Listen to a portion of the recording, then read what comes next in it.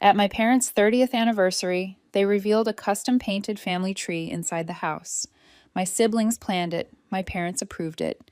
It had 112 names, except me.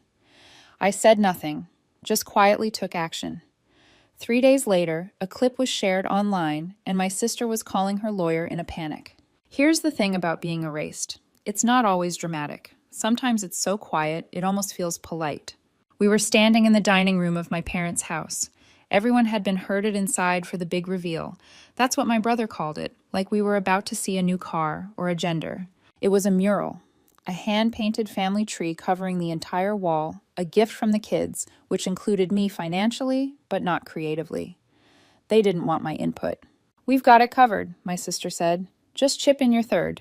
So I chipped, like always. The curtain came down with a little flourish, and the crowd gasped. My dad laughed, my mom wiped a tear, my sister practically bowed.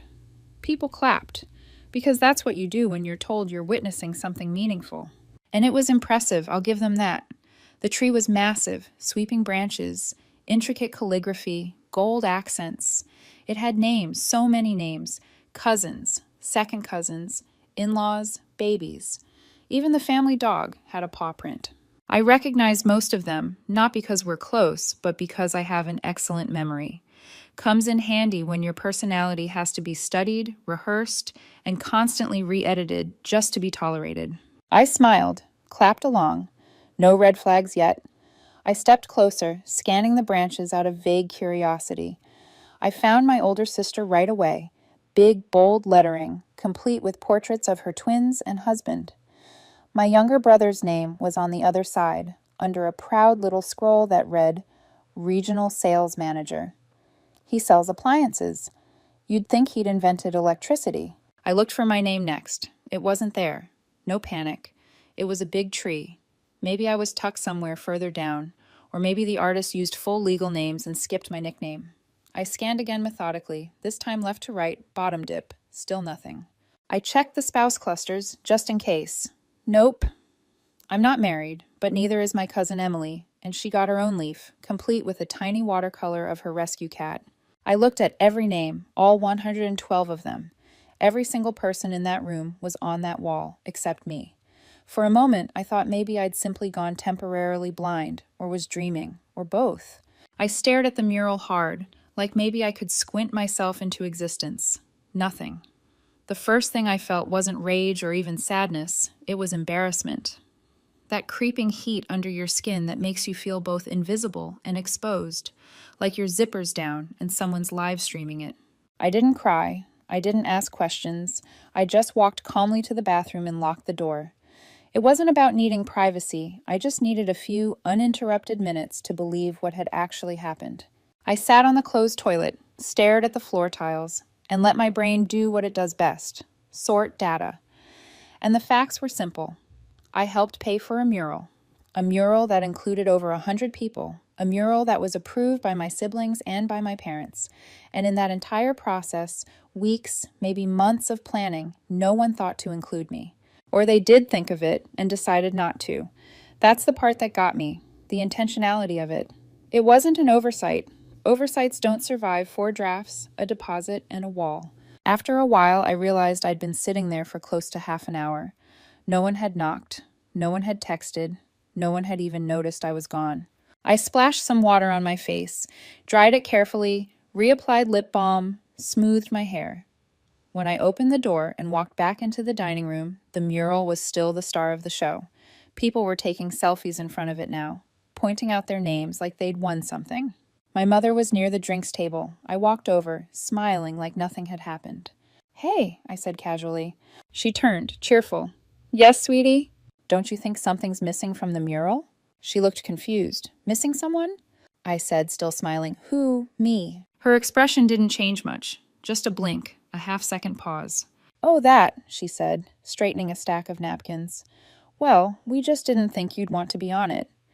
You know, you're not really into this sort of thing." "Legacy?" I said. "You know what I mean." From behind her, my dad snorted.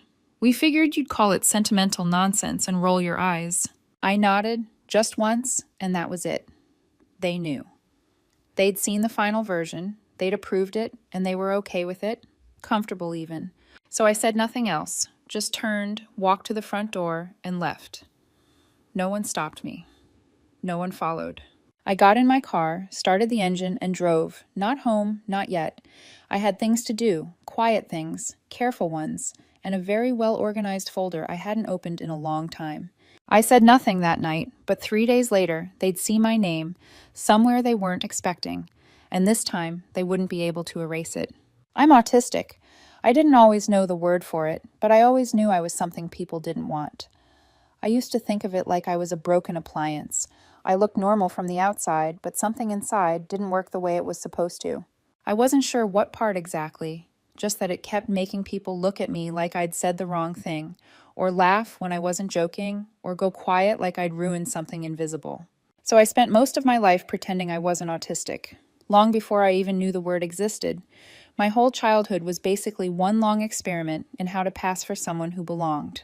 I grew up in a big extended family, loud, busy, performative people who loved surprise parties and family games and group singing, all things I quietly dreaded and tried very hard not to show it. We had cousins like most people have houseplants, too many to name, all crowding into one room. It should have felt like a community. It didn't. From the time I was 5, I knew I was the wrong kind of different, and the message came loudest from inside my own house. One of my earliest memories was telling my aunt that her new haircut looked uneven. I thought I was being helpful. She'd asked what I thought, and I told her directly, like I was taught to. I didn't think much of it until my mom pulled me aside and told me I was rude, embarrassing, and ungrateful. Then my dad chimed in about how I needed to learn tact, or I'd never have friends.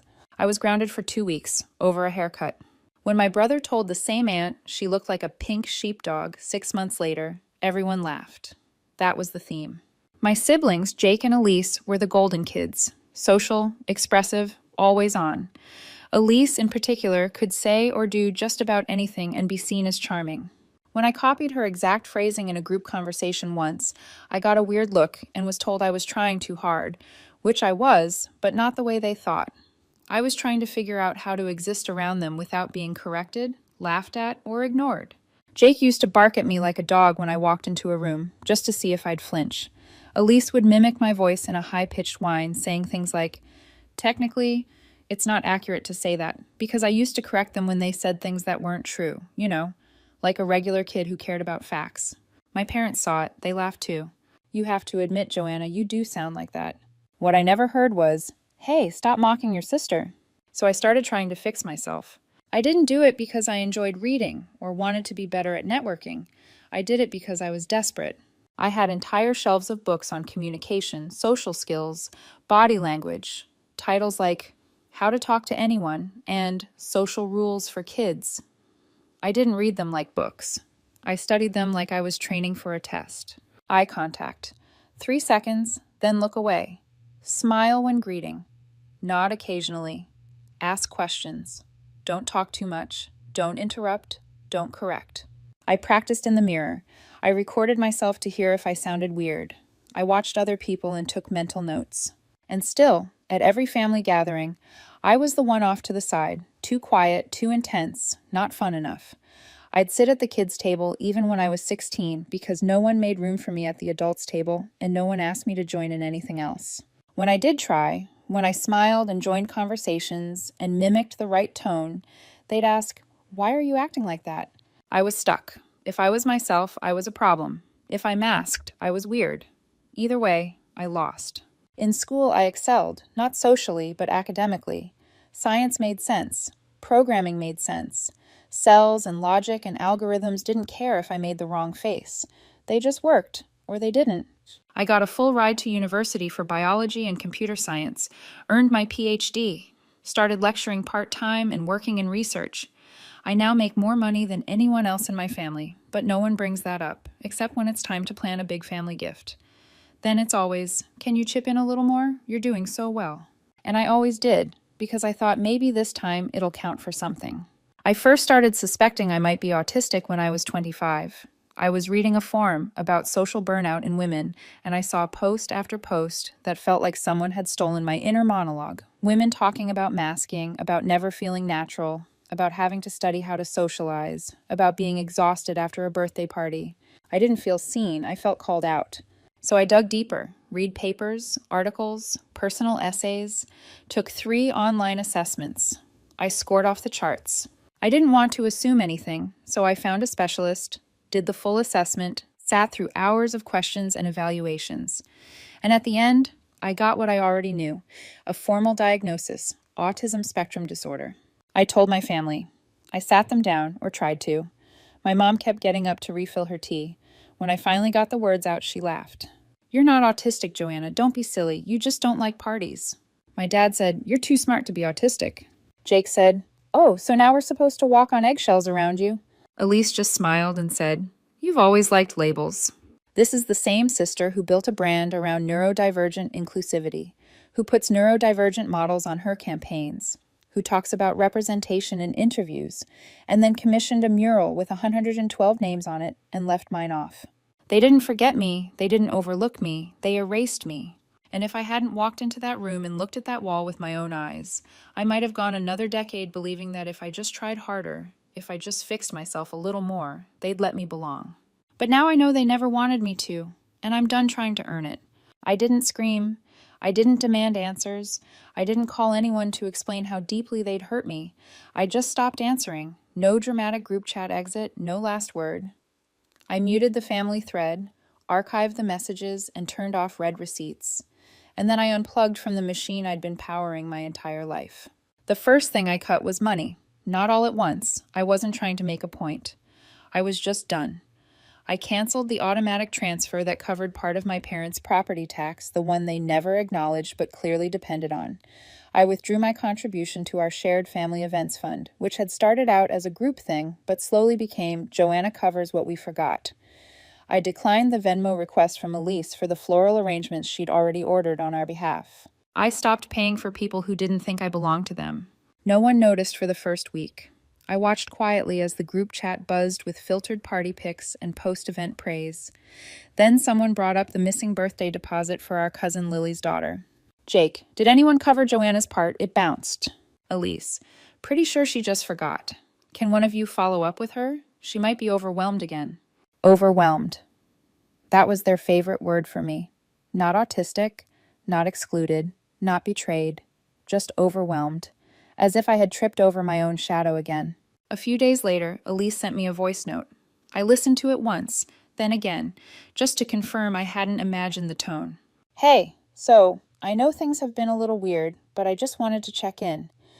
We really missed you after the party, and I know you've been sensitive lately, but you know we love you, right? Like, obviously you're important to the family.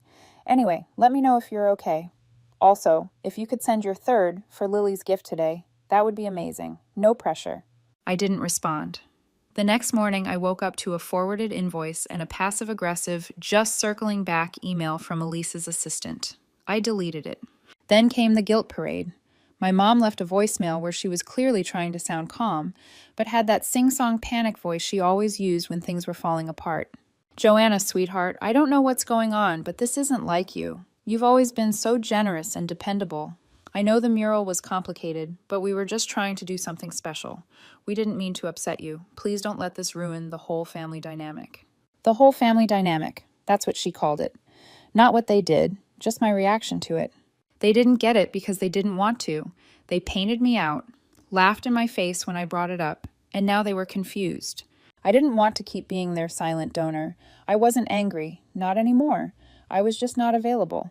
I had energy again, the kind that shows up when you stop pouring your worth into people who only see you as a resource. And around that same time, I got an email from a conference organizer. A keynote speaker had dropped out last minute from a neurodivergence and mental health summit. Someone had seen a blog post I'd written months ago about high-masking autistic women in academia. They asked if I'd be willing to speak. At first, I almost deleted it. I'm not a public speaker, not by nature, but then I thought, maybe that's the point. So I said yes. I spent a week writing the talk, not rehearsing it, just writing it honestly. I opened with a story about a girl who always brought the extra cupcakes to the party, paid for the pizza, picked up the slack, took on the planning. Always helpful, always just outside the circle.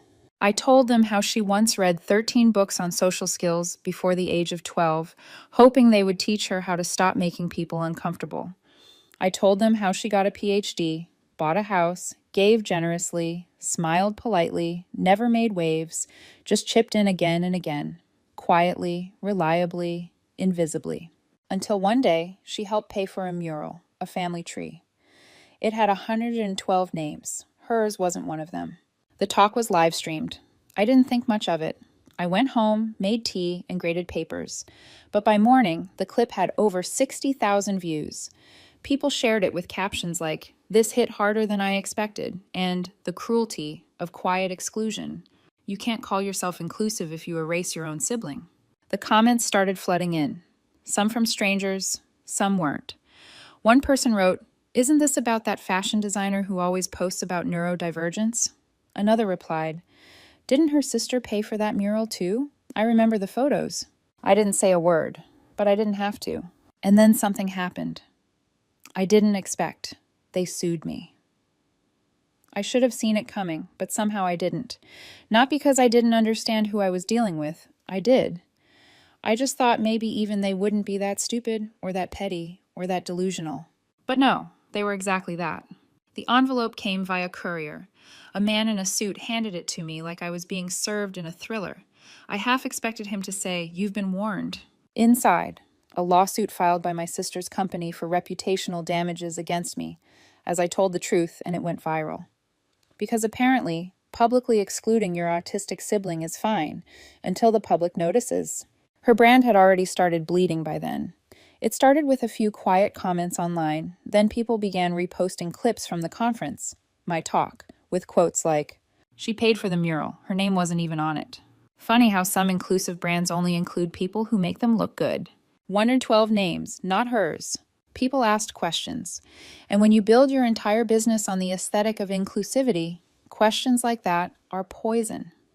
Partnerships went silent. A model backed out. An influencer canceled a collab and posted a cryptic story that everyone knew was about Elise. Suddenly, the sister who always claimed to stand for neurodivergence was being asked why she couldn't even stand next to it. And so she decided to sue me for creating a misleading narrative, for implied defamation, for orchestrating a targeted reputational attack. She also threw in emotional distress, which I found kind of adorable. I mean, me orchestrating a reputational attack? Please. I can barely organize a spice rack without taking breaks. I hired a lawyer, a good one. She asked me, "Did you name her in the talk?" Nope. "Did you identify her business?" No. "Did you lie about anything?"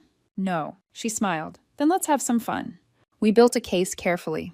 I handed over the bank transfer proving I'd paid for 1/3 of the mural, screenshots of the group chat where I was told, "We've got it covered," and never consulted again.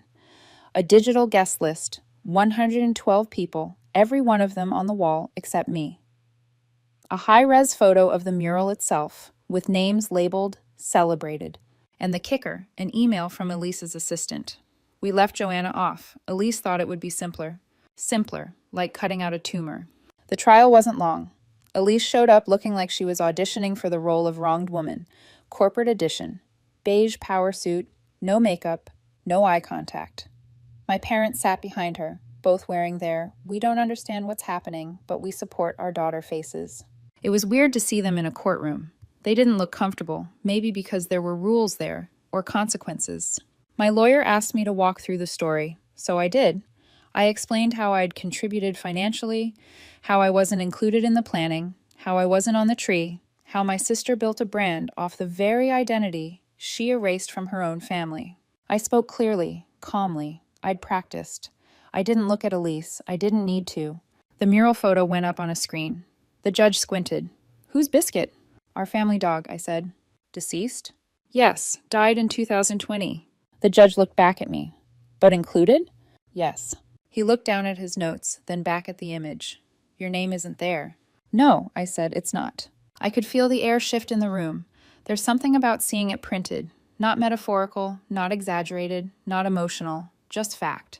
A wall of 112 names, mine missing. A dead dog made the tree. I didn't. Elise's lawyer tried to claim the mural was symbolic, not meant to represent every member of the family. So my lawyer zoomed in on the branches, showed the nicknames, the marriage dates, the babies, even the gold-foiled little acorn under Jake's name with "first to own a home" underneath it. Symbolic, she asked, or selectively thorough? The jury didn't need much more. The case was dismissed, and Elise was ordered to cover all legal costs. She didn't look at me when the ruling came down. My mom did. Her expression wasn't angry. It wasn't ashamed either. It was flat, like someone watching a machine they didn't know how to operate, like she wanted to press a button and rewind it. But there was no button, and there was no tape. There was just now. After that, things unraveled fast. Her company lost 2 key investors. Then a lawsuit from a former employee surfaced, a neurodivergent model who said she'd been mistreated and underpaid. Elise posted a long pastel background apology about listening and learning. It got ratioed within the hour. Within 6 months, her brand folded. And within another 3, my parents quietly sold their house. I wasn't the only reason, but I was the missing plug in a system that only worked when I was too tired to say no. They downsized, moved into a modest condo outside the city. My brother helped a bit. Elise didn't. I found out from an email chain I wasn't meant to be copied on. Their new address was listed at the bottom under a note about who was bringing potato salad to Thanksgiving. I wasn't invited, but I didn't want to go. Something strange happened after all this. I expected to feel triumphant. I didn't. For the first time in my life, I didn't feel like I was clinging to the edge of a family, trying to earn a spot that didn't exist. I didn't feel like I was prepping for the next rejection. I wasn't shrinking myself to be likable. I wasn't checking for who was watching. I was just me, free, unapologetic, whole. I met someone too. He's a biochemist who hates small talk and loves fossilized sea creatures. He doesn't flinch when I say exactly what I mean. Doesn't call me cold when I don't fake smile. Doesn't try to fix me when I get overwhelmed. Just asks, "Want quiet or company?" Sometimes we sit in total silence for hours. It's the loudest peace I've ever known. I used to think that if I could just get everything right, if I was kind enough, helpful enough, polished enough, my family would finally see me. But now I don't need to be seen by people who only looked at me when I was useful. I see myself, and that's enough. It's been a few years now. I went to therapy, real therapy, not the kind where someone tries to fix your behavior, but the kind where you actually get to ask, who am I when I'm not performing for survival? Unmasking wasn't a switch. It was a slow, weird, uncomfortable process, like taking off a costume you didn't know you were wearing and realizing you've never actually looked in the mirror before. There were days I missed the mask. It kept things predictable, kept people comfortable. But now I don't live in it. Sometimes I still have to use it, a little like emotional sunscreen, but most of the time I get to be myself, fully, honestly, without apology. I'm engaged now, to someone who sees me, not the polished version, not the edited one. He sees me, and he loves that version. That's still a little wild to say out loud. I haven't spoken to my family since the lawsuit, and I don't plan to. I used to think I couldn't survive without their approval. Turns out I was barely surviving with it. Now I'm happy, not because everything's perfect, but because I'm no longer trying to prove I deserve to exist. So I wonder sometimes, did I do the right thing? Did I go too far? Or was I finally just far enough? Let me know in the comments. And if you want more stories like this, hit subscribe.